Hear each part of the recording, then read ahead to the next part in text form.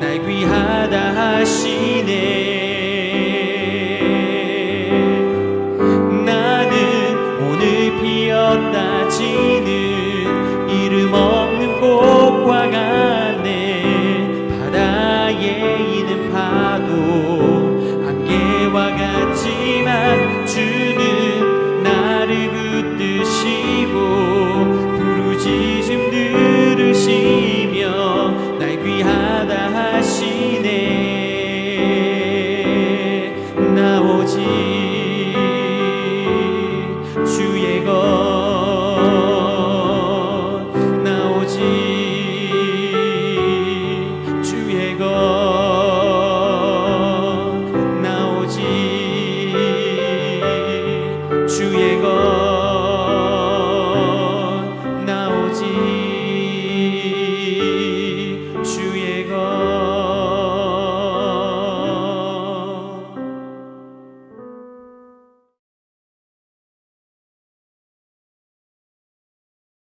샬롬. 오늘 아침 함께 나누실 말씀은 민수기 31장 1절에서 12절입니다. 제가 봉독하겠습니다. 여호와께서 모세에게 말씀하여 이르시되 이스라엘 자손의 원수를 미디안에게 갚으라. 그 후에 내가 네 조상에게로 돌아가리라. 모세가 백성에게 말하여 이르되 너와 함께 있는 사람들 가운데서 전쟁에 나갈 사람들을 무장시키고 미디안을 치러 보내어 여호와의 원수를 갚되 이스라엘 모든 지파에게 각 지파에서 1000명씩을 전쟁에 보낼지니라 하매 각 지파에서 1000명씩 이스라엘 100만 명 중에서 12,000명을 택하여 무장을 시킨지라. 모세가 각 지파에 1000명씩 싸움에 보내되 제사장 엘르아살의 아들 비느하스에게 성소의 기구와 시노나팔을 들려서 그들과 함께 전쟁에 보내매 그들이 여호와께서 모세에게 명령하신 대로 미디안을 쳐서 남자를 다 죽였고 그 죽인 자 외에 미디안의 5왕을 죽였으니 미디안의 왕들은 에이와 레겜과 수루와 후루와 레바이며 또 보올의 아들 발람을 칼로 죽였더라. 이스라엘 자손이 미디안의 부녀들과 그들의 아이들을 사로잡고 그들의 가축과 양떼와 재물을 다 탈취하고 그들이 거처하는 성읍들과 촌락을 다 불사르고 탈취한 것, 노력한 것, 사람과 짐승을 다 빼앗으니라. 그들이 사로잡은 자와 노력한 것과 탈취한 것을 가지고 여리고 맞은편 요단 강가 모압 평지의 진영에 이르러 모세와 제사장 엘르아살과 이스라엘 자손의 회중에게로 나아오니라. 아멘. 샬롬. 오늘은 미디안 전쟁에 관한 말씀입니다. 하나님께서는 모세가 이제 자기 조상들에게로 돌아가기 전, 그러니까 죽기 직전이죠. 직전에 이 미디안과 전쟁을 함으로 이스라엘 자손과 여호와의 원수를 갚을 것을 명하셨습니다. 하나님께서는 이 미디안을 이전에는 이스라엘 자손의 원수라고 칭하시고 3절에서는 여호와의 원수라고 칭하십니다. 이는 너를 축복하는 자에게 내가 복을 내리고 너를 저주하는 자에게 내가 저주하리니 라고 아브라함에게 말씀하셨던 그 언약의 성취가 이제 완전히 이루어진 것을 의미하는 거죠. 그러니까 이스라엘의 원수가 곧 여호와의 원수인 것입니다. 이스라엘은 언약을 통해서 하나님과 같은 편이 되었습니다. 그리고 그 언약을 계속해서 지켜나가기 위해서 가장 중요한 것은 이 율법의 준수입니다. 그런데 이 이스라엘이 여호와의 원수를 갚는 전쟁을 위하여 이제 각 지파별로 1000명씩 모여서 12,000명이 모여 무장을 했습니다. 그리고 이 12,000명 뿐만 아니라 제사장 엘르아살의 아들 비느하스도 전쟁에 나갔습니다. 6절입니다. 모세가 각 지파에 1000명씩 싸움에 보내되 제사장 엘르아살의 아들 비느하스에게 성소의 기구와 시노나팔을 들려서 그들과 함께 전쟁에 보내매. 이 비느하스는 어떤 사람입니까? 민수기 25장 6절에서 8절을 읽어보겠습니다. 이스라엘 자손의 온 회중이 회막문에서 울 때에 이스라엘 자손 한 사람이 모세와 온 회중의 눈앞에 미디안 한 여인을 데리고 그의 형제에게로 온지라. 제사장 아론의 손자 엘르아살의 아들 비느하스가 보고 회중 가운데에서 일어나 손에 창을 들고 이스라엘 남자를 따라 그의 막사에 들어가 이스라엘 남자와 그 여인의 배를 꿰뚫어서 두 사람을 죽이니 연병이 이스라엘 자손에게서 그쳤더라. 제가 전에도 아침 묵상에서 말씀드렸지만 이스라엘 자손들이 발람에게 빠져서 전염병으로 죽어가고 있을 때 바르게 분별하여 전염병을 그치게 한 아론의 직계 손자가 바로 비느하스입니다. 그 비느하스가 참여한 전쟁입니다. 하나님의 말씀대로 바르게 분별해서 여호와와 이스라엘의 원수를 갚는 전쟁을 바르게 수행할 수 있도록 보내진 것이죠. 그리고 그들은 전쟁에서 완전히 승리합니다. 미디안의 5 왕들을 죽이고 이스라엘로 하여금 스스로 무너지도록 꾀를 내었던 보레의 아들 발람까지 죽입니다. 그리고 수많은 전리품을 가지고 이스라엘의 회중에게로 돌아옵니다. 여러분, 얼마나 영광스러운 순간입니까? 여러분, 보레의 아들 이 발람의 꾀로 말미암아 수없이 많은 사람이 죽었습니다. 우리가 한번 이스라엘 백성이라고 한번 감정이입을 해봅시다.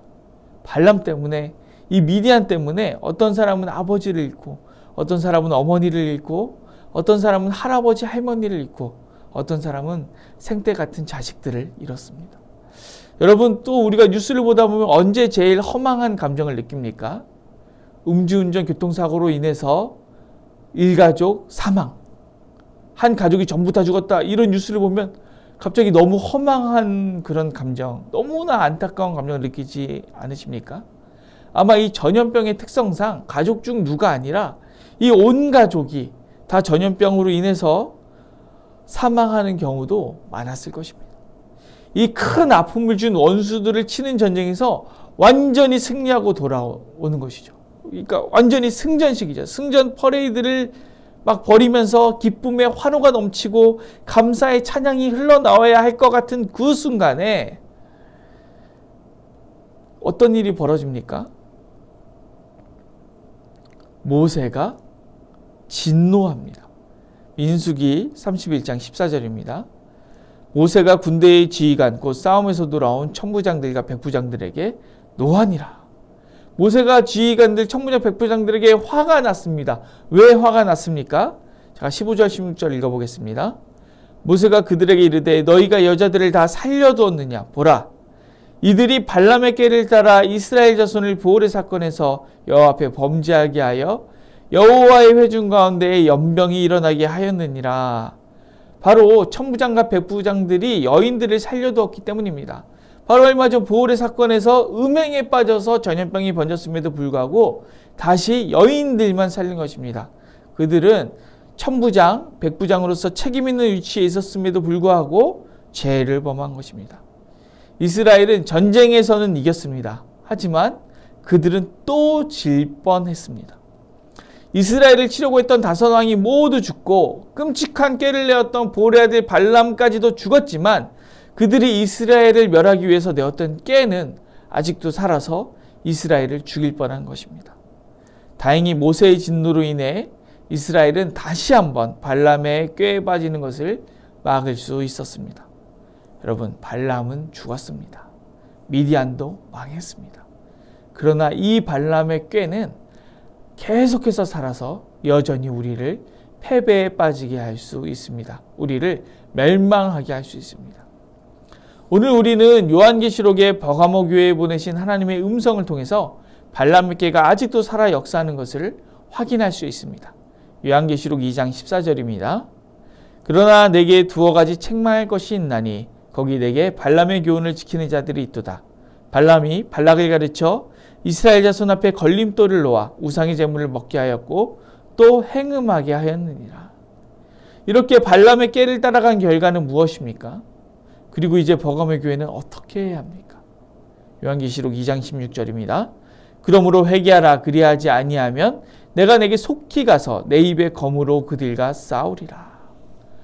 회개해야 합니다. 그렇지 않으면 하나님께서 회개치 아니한 버가모 교회와 친히 싸우겠다 하십니다. 여러분, 마찬가지입니다. 이스라엘이 발람의 꾀에 빠졌을 때 하나님께서는 연병으로 이스라엘과 싸우셨습니다. 하나님의 싸움은 이방 민족과 선택받은 민족 이스라엘을 가리지 않습니다. 이스라엘이 언약 백성이라고 할지라도 그들이 하나님의 교훈을 어기고 언약을 깨뜨리면 하나님의 싸움은 하나님의 율법과 교훈을 지키지 않은 자들을 향하여 싸웁니다. 오늘 이 시간 우리가 죄의 세력과의 싸움에서 이겨서 모든 승리를 얻은 것 같은 그때일지라도 이스라엘 백성들처럼 발람의 꾀를 따르고 있지는 않은지, 버가모 교회처럼 발람의 교훈을 지키고 있지는 않은지 점검해야 합니다. 우리가 모르는 사이에 우리가 승리한 것 같은 그때 우리도 여전히 죄에 빠져 있는지도 모릅니다.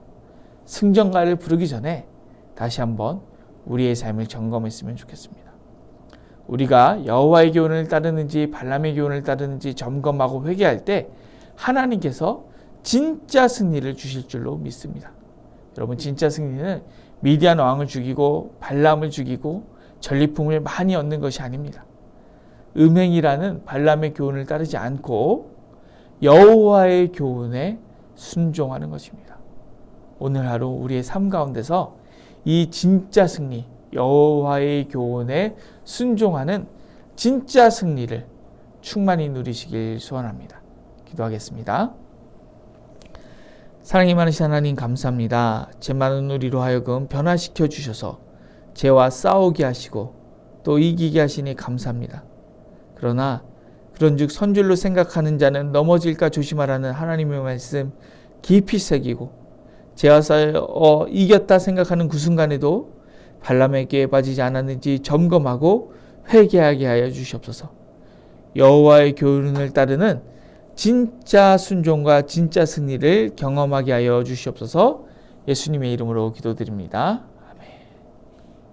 네, 오늘 도고 기도는 위자립교회와 농어촌 교회를 위하여 기도하겠습니다. 이어서 기도하실 때 우리 담임 목사님 목 건강을 위하여서, 그리고 치료 중에 있는 식구들을 위하여서, 또 어려운 가운데 있는 이웃들을 위하여, 또 코로나가 빨리 종식되고 평범한 일상으로 돌아갈 수 있도록 오늘 주신 말씀 붙들고 기도하시고 또 각자의 기도 제목을 가지고 기도하시겠습니다. 기도합니다.